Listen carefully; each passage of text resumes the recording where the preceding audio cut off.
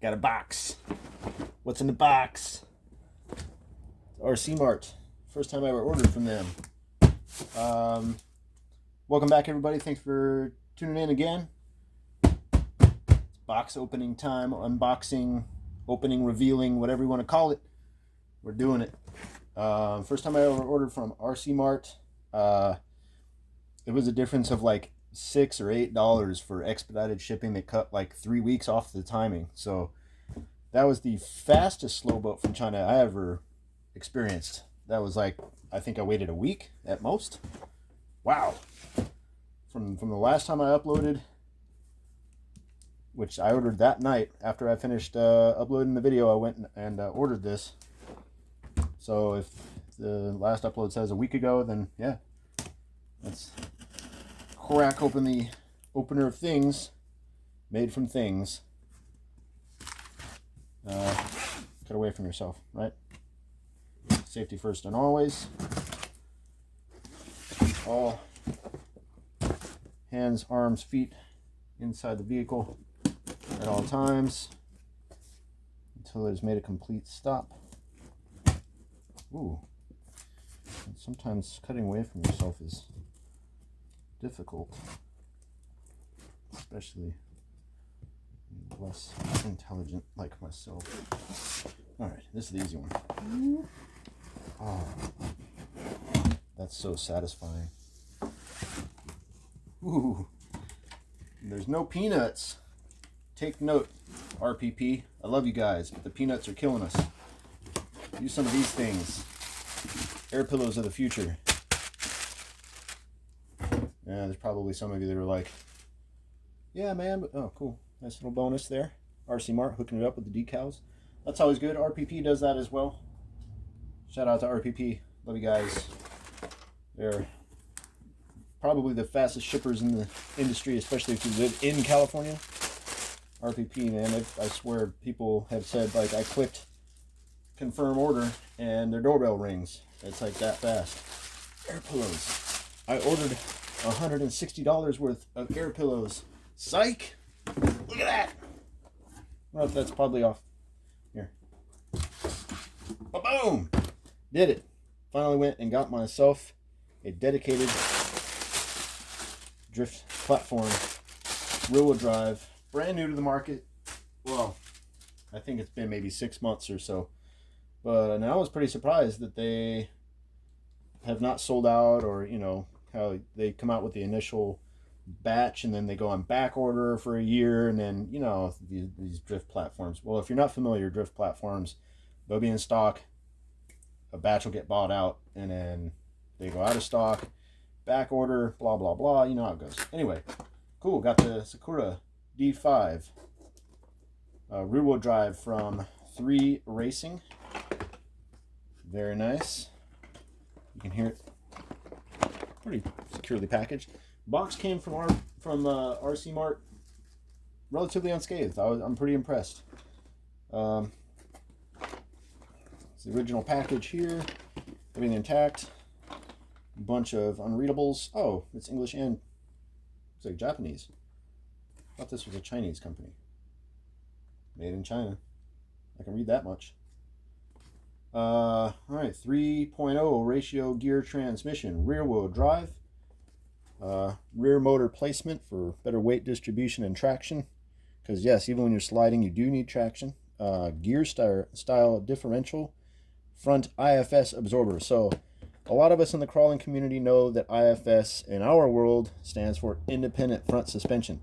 Yes, it is independent front and rear suspension on this chassis. However, in the drifter world, they do IFS to stand for inboard front suspension. So they pull the shocks inboard, or they even put them in a cantilever setup and put the shocks laid across the top of the front bulkhead. We'll see when I eventually assemble this, and I'll show you. So yeah, that's to allow for really, I mean, it's almost 90 degrees of steering angle on this thing. These chassis are just the advancements in the technology to get the steering angle needed for drifting realistically with an RC platform is pretty impressive.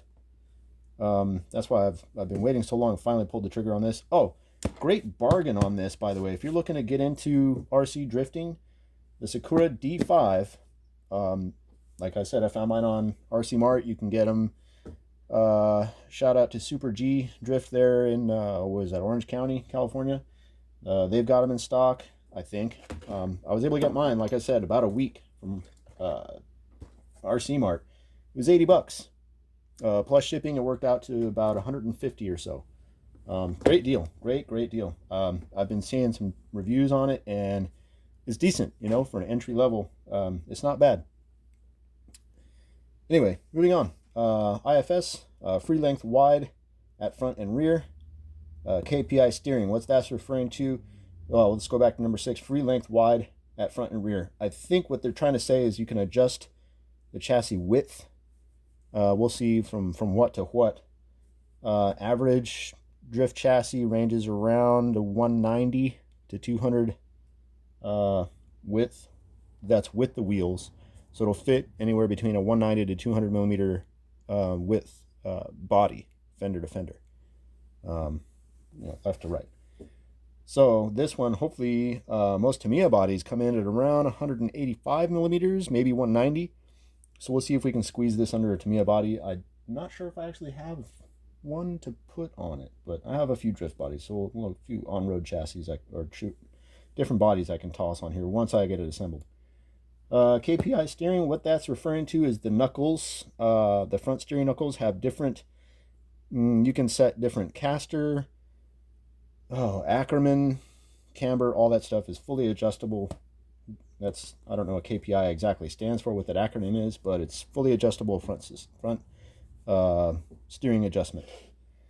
So 8, most clearance, front lower arm, max steering angle. I have seen photos of this thing assembled, and wow, it's got, like I said, probably close to 90 degrees of counter steer. That's pretty incredible.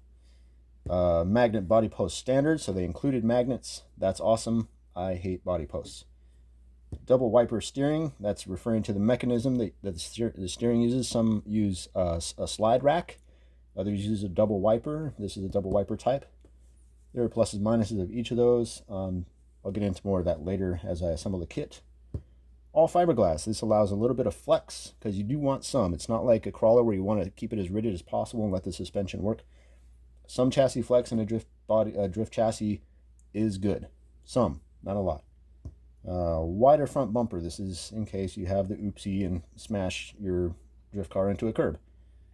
That could be bad. Lift up servo places. Not sure what the heck that means. Full ball bearing. That's good. So, without further ado, let's crack this sucker open, huh? Packaging. Does the job. Ooh.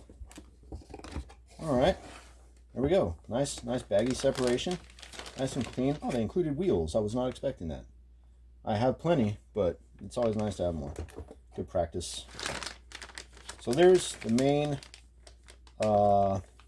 chassis pan, if you will, I guess. The main chassis part there. Not much to it, right? Just a slab of fiberglass or FRP, as they call it, with some holes countersunk into it for bulkheads and battery placement. Oh, so, one thing about this though, because of the IFS steering that we talked about earlier, bag 2, there's not a whole lot of room for the servo, so you have to really get. I was searching high and low and found the lowest profile, low profile servo, so that it'll actually fit. There's bag 8, magnet mounts, and body posts that accept the magnet mounts. Bag 7 looks like, oh, gearing, they included a pinion. That's cool. Got a few pinions I can use, but all right, there's dampers. Oh, they included shock oil, 200 weight. I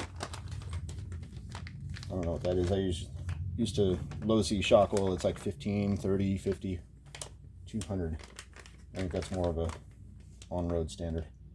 Bag 5 looks like, yep, there's the KPI knuckles here. Get in a little closer on that, if you can see. So Yeah, you can see the knuckle there, the arms. It's got a spot there for installing if you want to run brake disc and caliper. I think it goes in that there, which I probably will do. I'm gonna try and go as scale as I can. Oh, cool! They included a wrench. It's like a turnbuckle tool. Neat. Some pretty generic on-road wheels with drift compound tires. Tires, they're just, you know, a lot like I think they're pretty similar to like shopping cart compound. You know, pretty hard, but still grippy enough. Some more parts here. Bag 3. Got the gear diff there. It is an open differential. Like, all the gearing is open and exposed. I might try and see if I can do something and maybe fabricate some sort of sheet metal box to go over it. It'll probably be really ugly, but it's better than getting rocks or, you know, some, you know, little tiny little pebble inside your gears. You don't want that. There's all the bearings and the suspension arms, bulkheads look like gear. Yeah, like I said, it's all, there's no gear box, right? So I just said it's all exposed. It's pretty crazy. Oh, here's more diff stuff. It's like pinion. What is that? Yeah. Okay, though it does have a sealed diff. That's great. 5,000 weight. I have 1 million somewhere, I think. I might throw some 1 million. We'll see. We'll see how it drives with the 5,000. Because if you lock up your diff too stiff, and it begins to give you trouble and understeers at points, you know, throttle input versus steering. Upper brace for the chassis. You got fully, look at all that adjustment in the looks like, I think it's the front upper shock mount. That's crazy. Oh, this is going to be a blast to put together. All the hardware is there. It's good. All right, now, hey, everybody's favorite part, the stickers. Sorry, no Scale Builders Guild set in this one. It's all Sakura 3 Racing. They're pretty cool, right? Slap them on your toolbox. Don't slap them on your dog or your cat, like I said last time. Pretty neat. Oh, are these like water slide? No, I think you just cut them out with a razor. Yeah, it's got backing in. Sakura Fans Club. Pretty neat. Stickers. What's next? Oh, instructions. Okay, now, because of the language difference, this could be tricky. I might have to do my homework on this one. Oh, not bad. Okay. Good deal, good deal. Words. Yep, tools you might need. Okay, I think I have all that. Looks like, oop, I bumped the camera tripod there. So there's what you need. Tools required, but probably not limited to. I'm sure I'll use probably something else. Well, that camera's still wobbling. Sorry for that. Yep, hobby knife, body reamer. I can't imagine I'd need a body reamer to assemble a chassis, but we will see. CA glue, thread lock. I do have all of that. Good. We're ready to rock and roll. So that is the Sakura D5 chassis surprise project unboxing.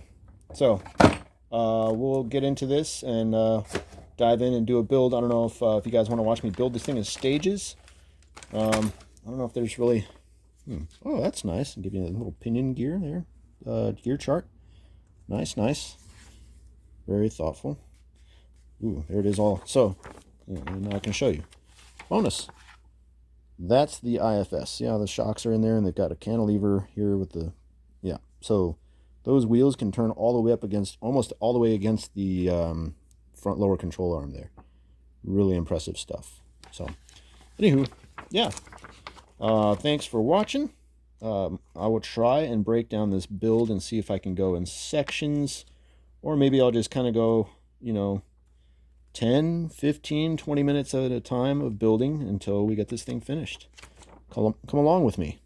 Join me on this journey of rear-wheel drive drift. Thanks again for watching, and we'll see you next time. Later.